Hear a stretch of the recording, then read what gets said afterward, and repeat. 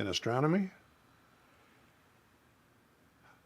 I had a grandmother, and she was a magnificent woman, learned, former school teacher. And she used to take her young grandson out and point out the stars to him. She was no astronomer, but she knew her constellations and she knew the names of the bright stars, and I began to find out it was interesting. When you're driven, and frankly I was, you spend an awful lot of time trying to solve whatever problem you're solving. In astronomy, I had a grandmother, and she was a magnificent woman, learned, former school teacher. And she used to take her young grandson out and point out the stars to him. She was no astronomer, but she knew her constellations and she knew the names of the bright stars, and I began to find out it was interesting. I knew even before I left high school that I wanted to be an astronomer. I went to the University of Michigan, was there from 1930 to 1937, where I took my PhD.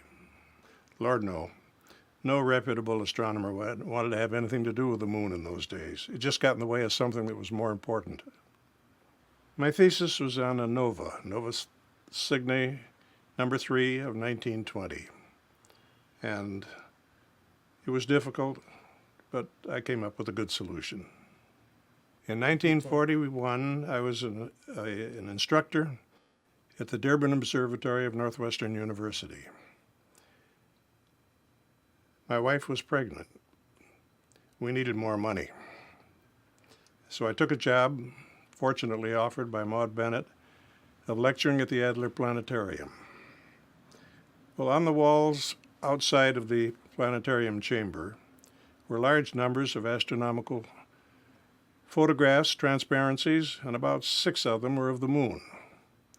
Well, as I've just said, the moon didn't really interest me, but those are beautiful pictures, and so I watched them. And suddenly one day I began to see some features there that I couldn't explain. There were valleys with raised edges. The farther the valley was toward the south, the narrower it was. The only place I could find any possible explanation of them was in a 1919 paper by an English astronomer named Stevenson, who said that he thought that those valleys were produced by the tangential impact of large swarm of meteorites. Well, that was geometrically impossible because they were scattered over a big part of the moon's surface. And I suddenly realized one day that if you projected the line of each valley back in one direction along the arc of a great circle, that they all intersected in the central region of a huge round structure called Mare Imbrium. Those valleys, I then began to realize, had been made by something almost impossibly violent that happened, an explosion in the center of that Mare Imbrium. And it sent material broadcast, and where it hit the surface of the moon, and it worked more on the high spots than the low, it gouged out the valleys. Well, Galileo had said that the craters of the moon were volcanic. Well, I couldn't picture any volcano with enough power to make those valleys to eject that amount of material. Oh, they usually were 10 times as long as they were wide, and in length they ranged from 3 or 4 kilometers to maybe 30 kilometers. They were good-sized valleys. So it meant big hunks of material had been thrown hundreds and hundreds of kilometers in many cases. Well, the next logical step was, if it was not a volcano, what could it have been? well, the only source of energy that I could conceive of, still the only one I can conceive of, is that carried by large meteorites or asteroid-like bodies. And if one of those had come in and formed this great basin, because the lava, the dark material proved to be lava, frozen, and it was surrounded by a mountainous rim. If that rim meant that this was the largest crater on the front face of the moon, 1,200 kilometers across, the body that hit must have been something of the order approaching 100 kilometers in diameter. The object that we now know struck down in Yucatan, killed off the dinosaurs, was about 6 kilometers in diameter. This was 10 times that, or 1,000 times more mass. That would have enough energy to produce it. Well, I went back to the observatory, told the boss man there, Dr. Oliver J. Lee, that I thought I had a new major discovery about the moon, and he laughed at me. He said, "Ralph, that doesn't jibe with the program of the observatory." Well, about 3 days later, I began to realize, hey, he didn't say I couldn't work on it. He just said the program didn't jibe. So I started work collecting all the information I could. And then a few days after that, Lee, Dave Hamlin, and I drove to Yerkes Observatory for one of their symposia. And while there, I told Otto Struve, the head of Yerkes, about this Imbrium idea. And Otto said, "Ralph, you're giving the next symposium up here." Well, that made it all right with Lee, so we got along famously there. Well, a month later, I went back and I presented what I felt and still feel was a very good program with arguments that I didn't feel anybody could hear and fail to realize their truth. And I didn't convert a single one of those world-famous astronomers. And there were plenty of them there, people whose names were known all over the world. Well, that was a big disappointment. But my next biggest disappointment came when I tried to put in print what I had said. And it was turned down by 3 prominent publications.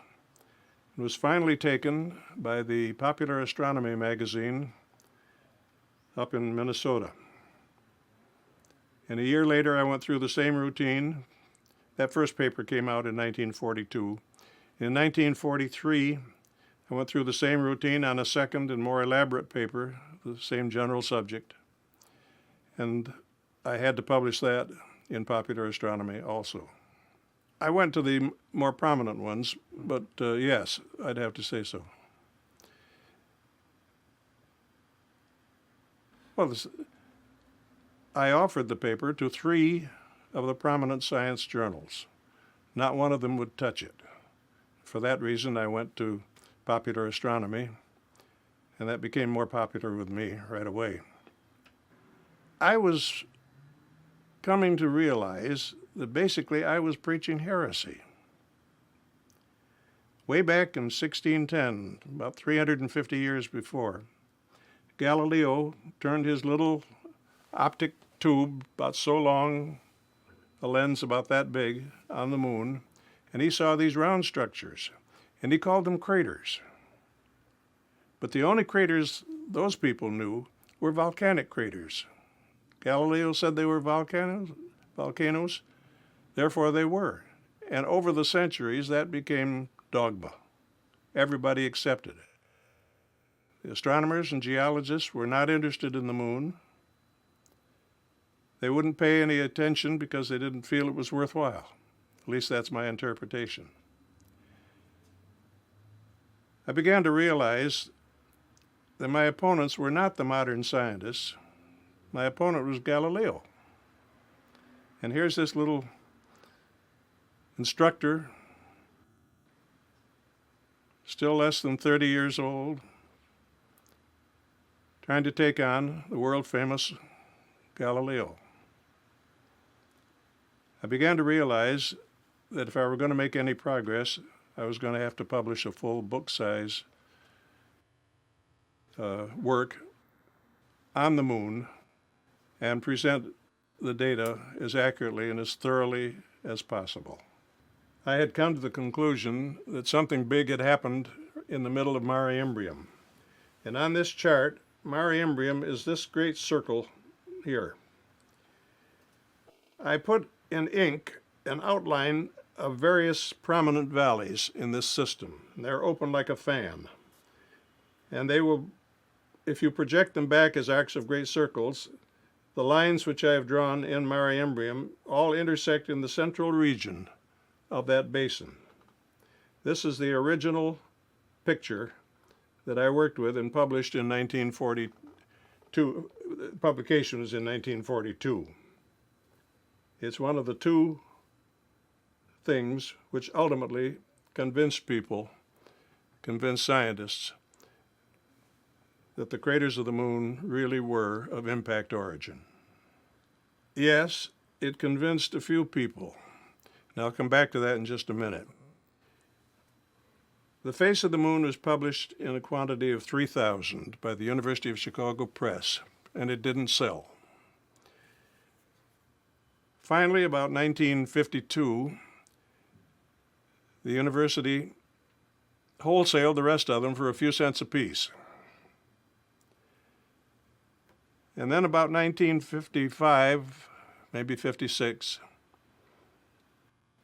they said, we've got to have another book. People are getting interested. I said, I'm working on one, but it isn't going to be ready for several years. So the University of Chicago Press reissued The Face of the Moon in the second edition. They couldn't pull back those they'd sold for a few cents. And it made a real difference. As the 1950s went on, people began to more and more to realize that, hey, there's something to this impact business. Among the people who read The Face of the Moon and were influenced by it, and I'll just list 3 or 4 of them. One was Harold Urey.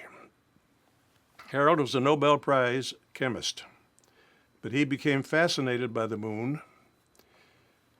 Unfortunately, he was fascinated for the wrong reason, because he thought the moon was a primitive body. It had not gone through a differentiation chemical as I knew it had. But he got interested, and he published on it. But more than that, he was the man that NASA credits with being the force behind going to the moon. And he would go down to NASA and make himself a pest and telling them they ought to do that. And they finally realized that, well, that's a pretty good idea to combine science and the engineering. And they did go to the moon. And they brought back 800 odd pounds total of lunar rocks on all of the Apollo flights. But I feel very fortunate that my work was sound enough so that I have not had to back down on any of my major theses. The second book came out in 1963, The Measure of the Moon, covering far more than the face. And the third one is a little one that McGraw-Hill published in 1965. And I closed that book with a statement that the battle concerning the origin of the lunar craters is now over. And that was 4 years before the first Apollo landing on the moon. In other words, I'm very much in favor of the moon landings. They did wonderful work, but they didn't demonstrate that the moon's craters, and therefore similar craters on the Earth, were of impact origin. That had been proven before they went. Gerard Kuiper was one of them. He was a great student of the moon in his later years, did very, very good work. But when the face of the moon was offered to the University of Chicago Press, he refused to review it on the grounds that he didn't know enough about the moon to give an honest review. But he certainly changed. Peter Millman was probably the greatest astronomer in Canada. And Millman read the book, and he went to C.S. Beals at the Dominion Observatory, and he prevailed upon Beals to start a study of the Canadian Shield, which should have large numbers of ancient impact craters, if my hypothesis were correct.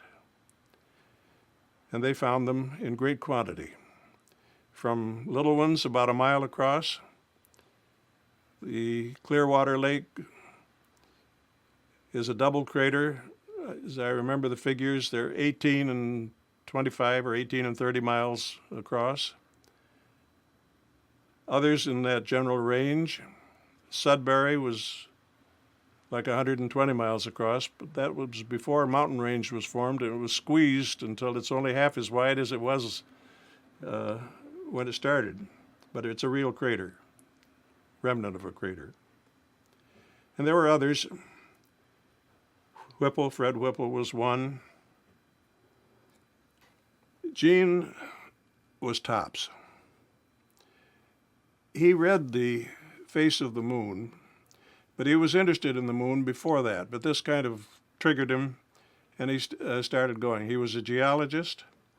He was a great authority on the Colorado Plateau, but he became interested in the moon and solar system, and in his later years was very much interested in a program of finding out what asteroids would come close or could come close to the Earth, enough so that they might be dangerous in a future time. And he and one other organization,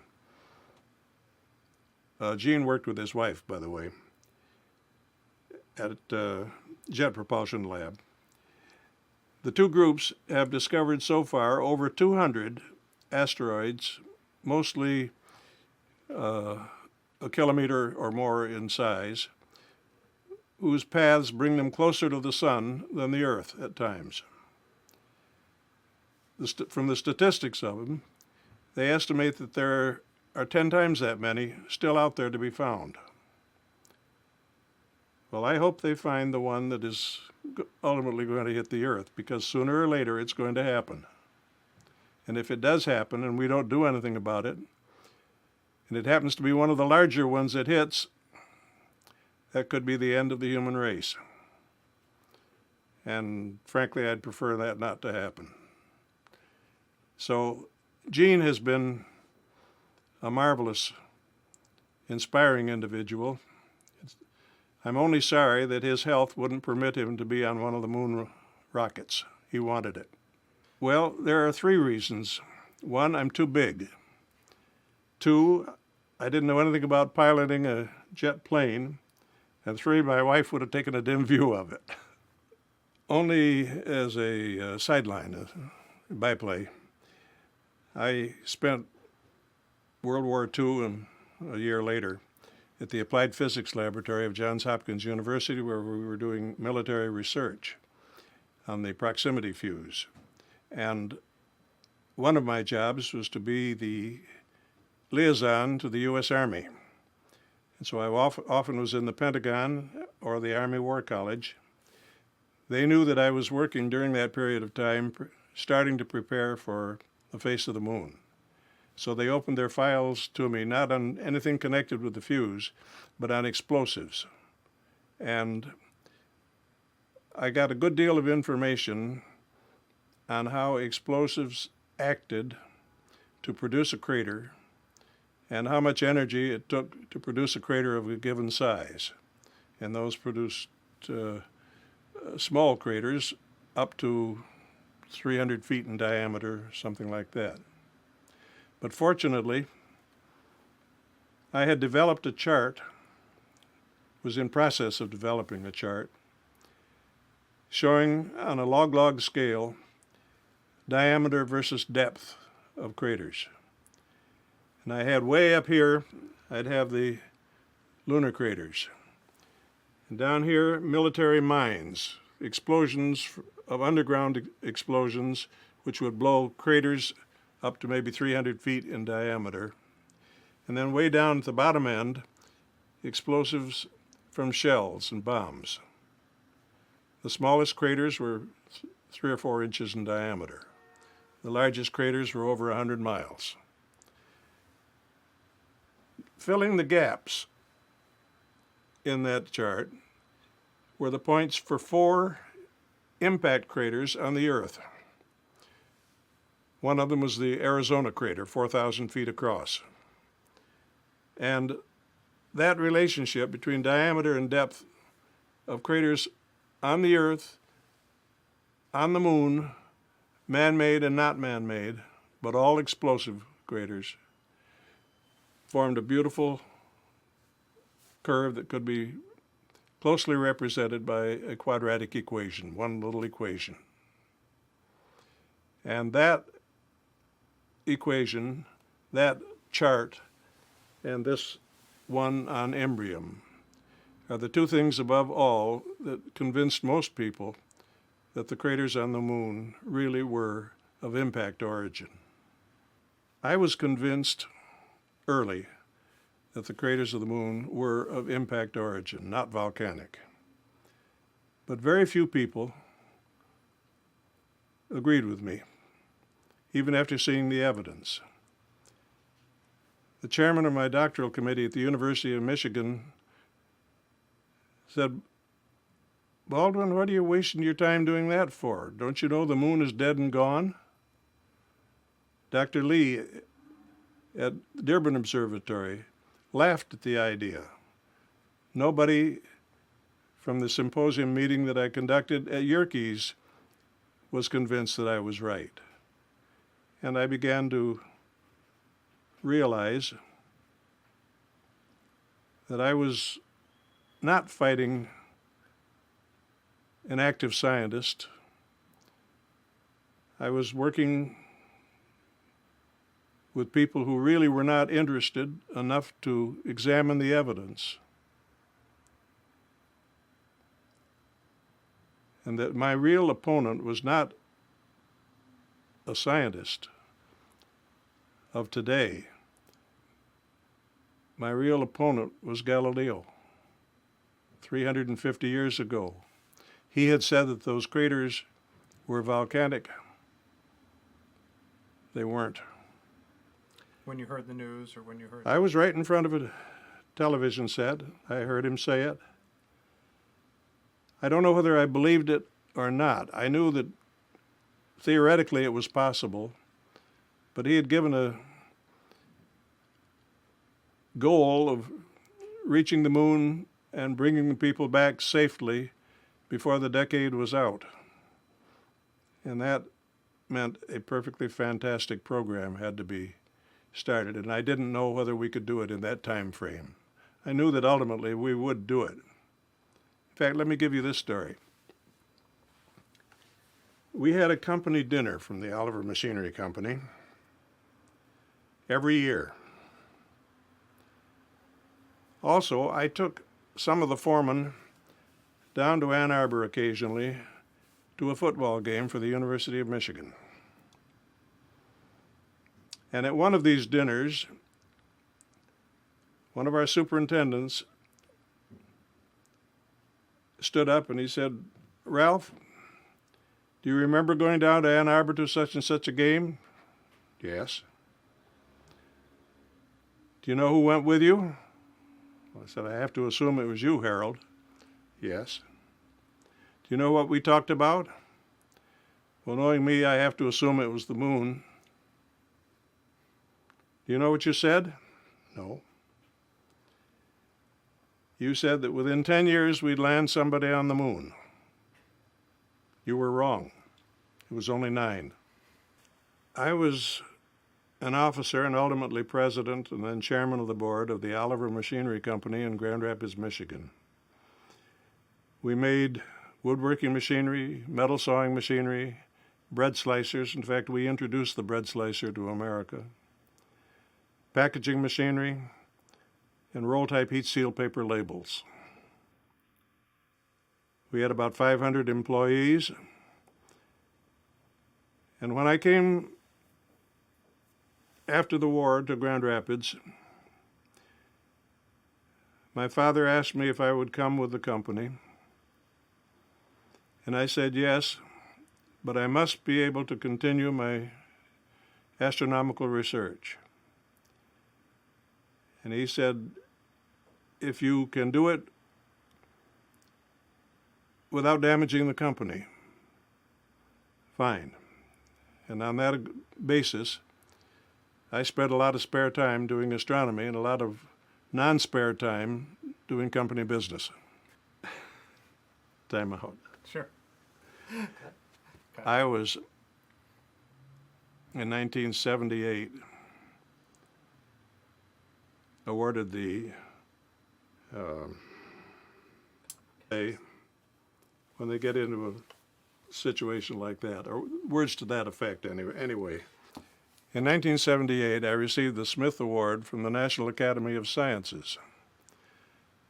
I was up on the platform along with others who were getting awards, and as my name was called and I walked toward the microphone, the president of the Academy, Handler, said, "Ralph, how did you ever do it? How did you find time to do something like that?" Well, I mumbled some answer. It wasn't a good one, probably. But my wife was in the audience, and later on she said, "What you should have said there was that you moonlighted."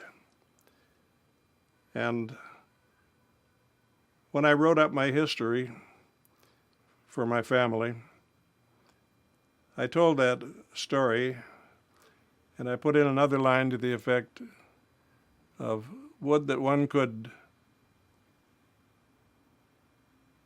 say when it was important what one can think of after the event is all over, or words to that effect. I can answer it in this extent. When you're driven, and frankly I was, you spend an awful lot of time trying to solve whatever problem you're solving. And that takes time away from your family. My wife Lois, is very proud of some of the things that I have accomplished.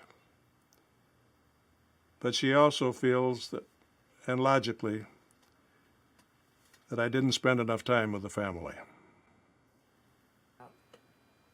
On July 20th, I was on an airplane going from Orlando, Florida to Grand Rapids. My elder son, Dana, and I had gone to Florida to see the takeoff of Apollo 11. And we were with a large number of people, including the Vice President of the United States,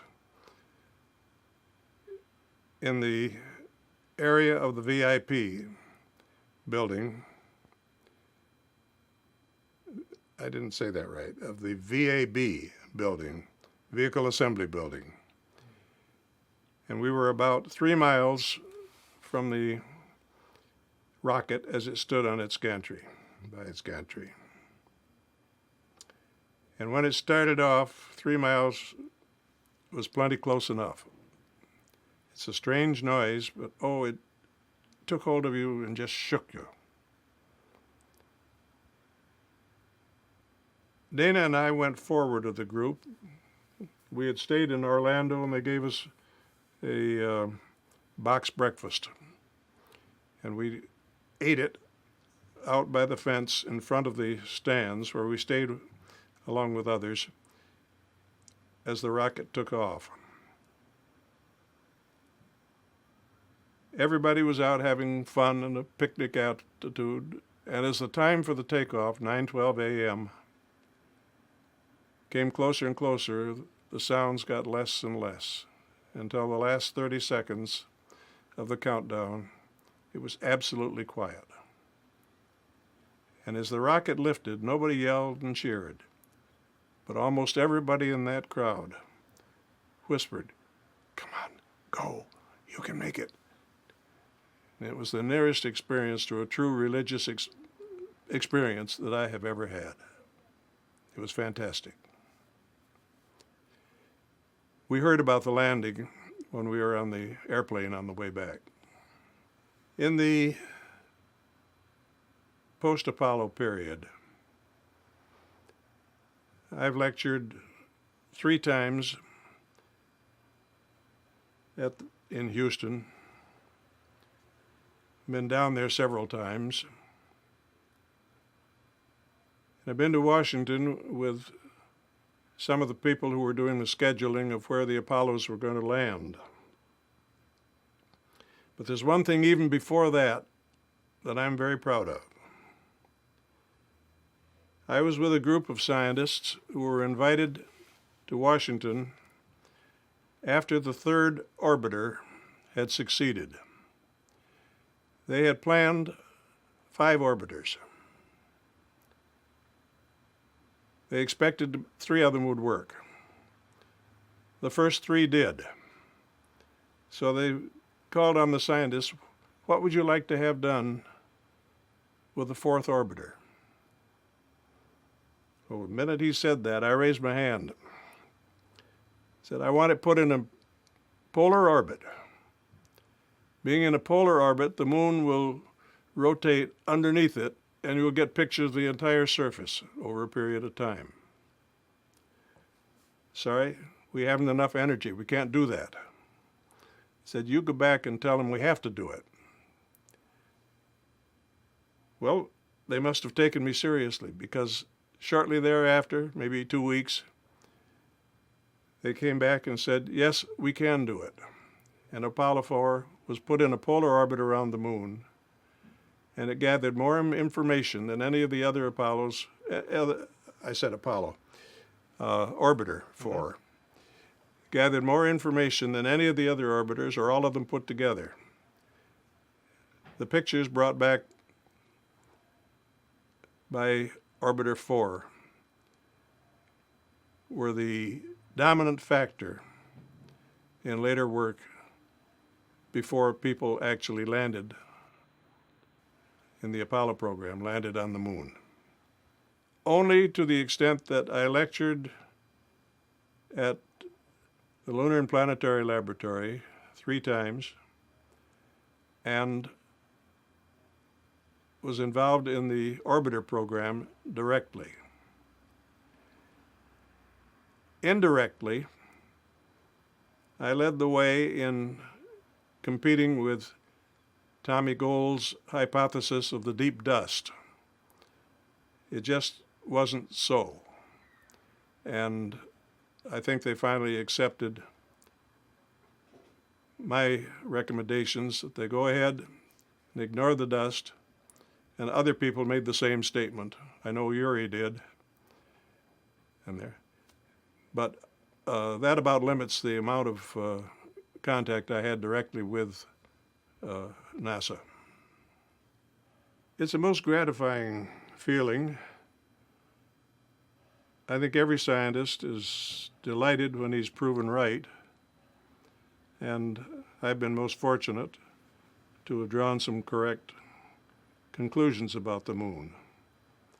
But I do want to make one observation. I was nowhere nearly the first person to suggest that the craters of the moon were of impact origin. That goes back to around 1830, as far as I know, to a German by the name of Greithausen.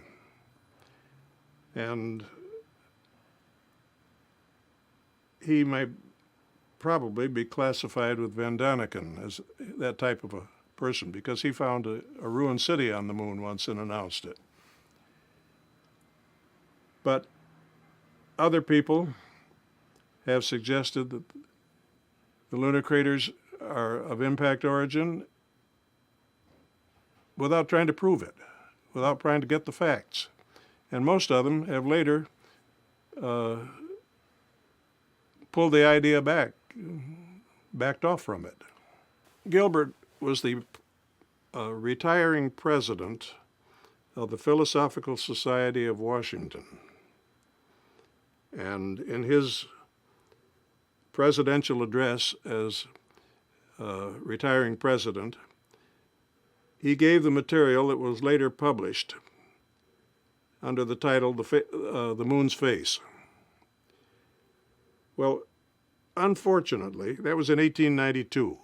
Unfortunately, that publication is not one that is normally read by astronomers and geologists. If it had been, it is entirely possible that our knowledge of the moon might have made a quantum jump forward 50 years earlier.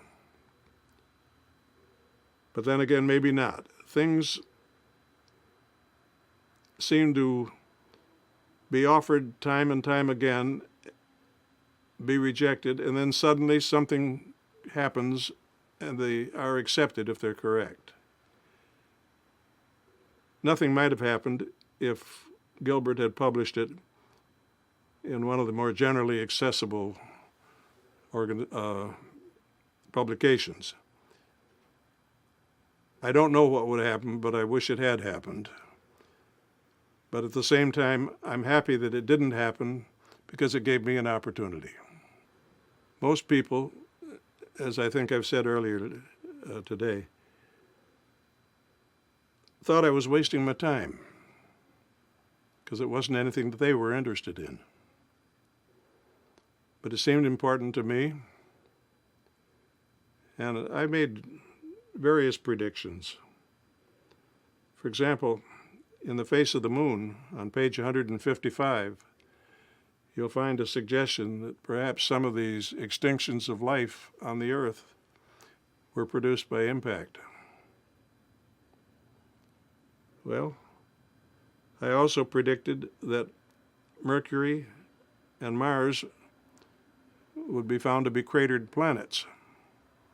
I didn't include Venus because I never thought we'd look through the clouds. But the editors wanted to take that little chapter 12 out, and I asked them not to. It's proven to be right.